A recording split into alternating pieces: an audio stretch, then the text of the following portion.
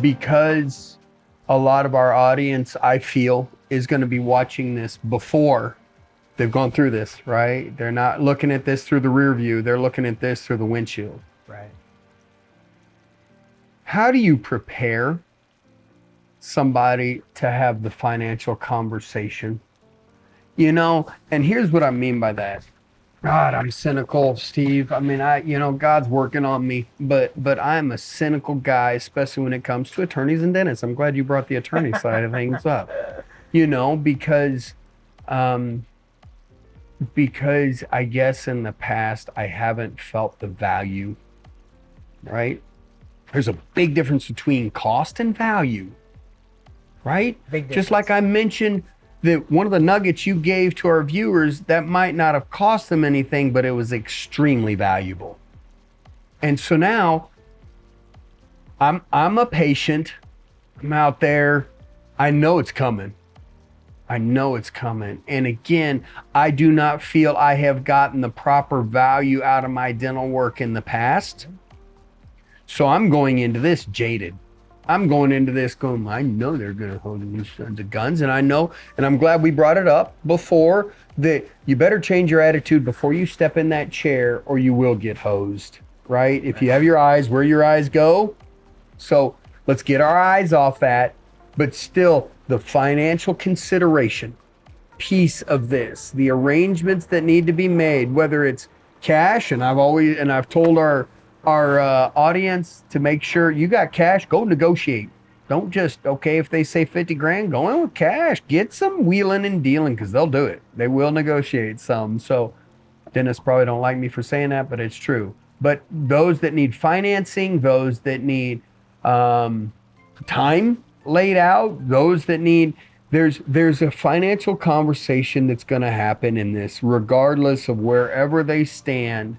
How can you help prepare the patient for that financial conversation to make it go smoother for both the patient and the clinician? Not easier, but smoother.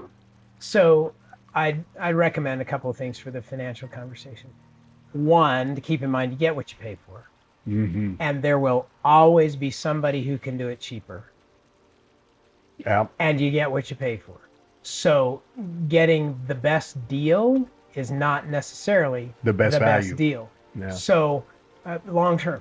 So I want to know that I'm dealing with somebody who is experienced, that knows what they're doing, and will get the outcome that I want. Okay, that's the return on the investment. So this isn't about cost. This is about a return.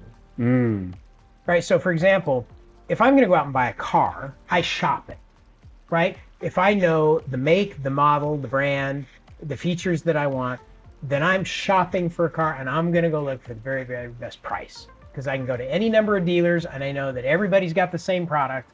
As long as I got all my feet, I'm shopping that and I'm going to get the very cheapest price. That's not what we're doing here.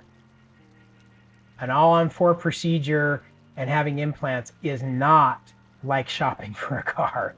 What you're buying is you're buying the expertise and the experience of a clinician who is going to get the outcome that you want for the rest of your life.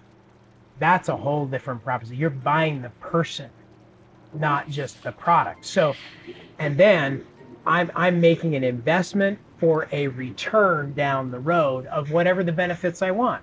Peace of mind, better health, confidence, all those things. So where can I invest to get the best return? So that's number one. Number two, it ought to be clear, right? So the presentation ought to be clear.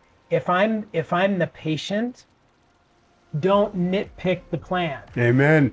Right? In other words, if I'm presented a plan, if there happen to be line item things, don't go item by item and say, well, we can take this off. Can we take that off? I mean, don't mess with the plan, right? There might be options of things you can include, but don't start picking apart the process.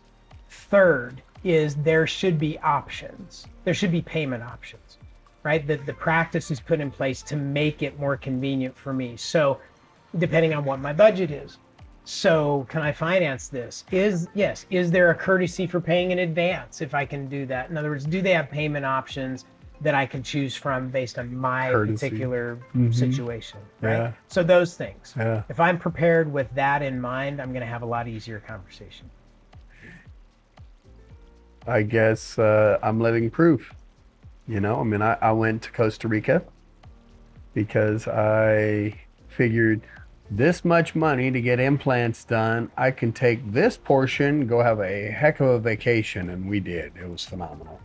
But 6 months later, I needed a new implant. You get what you pay for.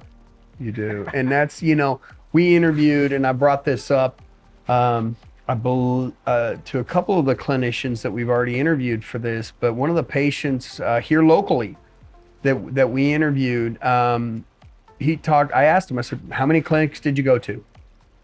What prices were you quoted? And, you know, he brought up a great point. He goes, you know, I went to one that quoted almost, I think it was $8,000 cheaper. He goes, but you get what you pay for. Right. And there's this XY axis, right?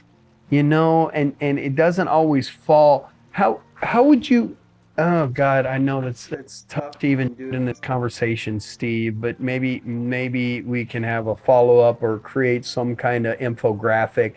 But the longer somebody's been practicing this, the more skill, the more they've invested into their schooling, the more they've invested into their technology, the more they've invested into their team, they should charge a little higher price, right? And so there's this access that as a patient, I want to know, I would rather spend $55,000 versus $45,000 for the full mouth if I know that return on investment is going to be better. But most patients, you know, think as I thought. I mean, this is not a judgment against any patient, but okay, it's a screw. You're zipping a screw in, you're tightening in a tooth. How hard can it be? You know, after I've gone through a couple of them, it ain't. I can't do it. And I can hang some mighty fine pictures on the wall, but I can't screw some stuff in the bone. And so I guess there'll be a time I'd love to even think with you and for a different conversation on how we can help show that value proposition, because that's really what it is. Sure.